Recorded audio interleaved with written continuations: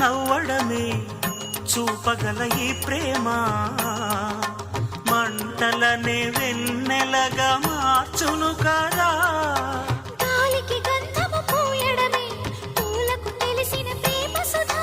రాలిన పూల జ్ఞాపకమే కాలం చదివే ప్రేమ కథ.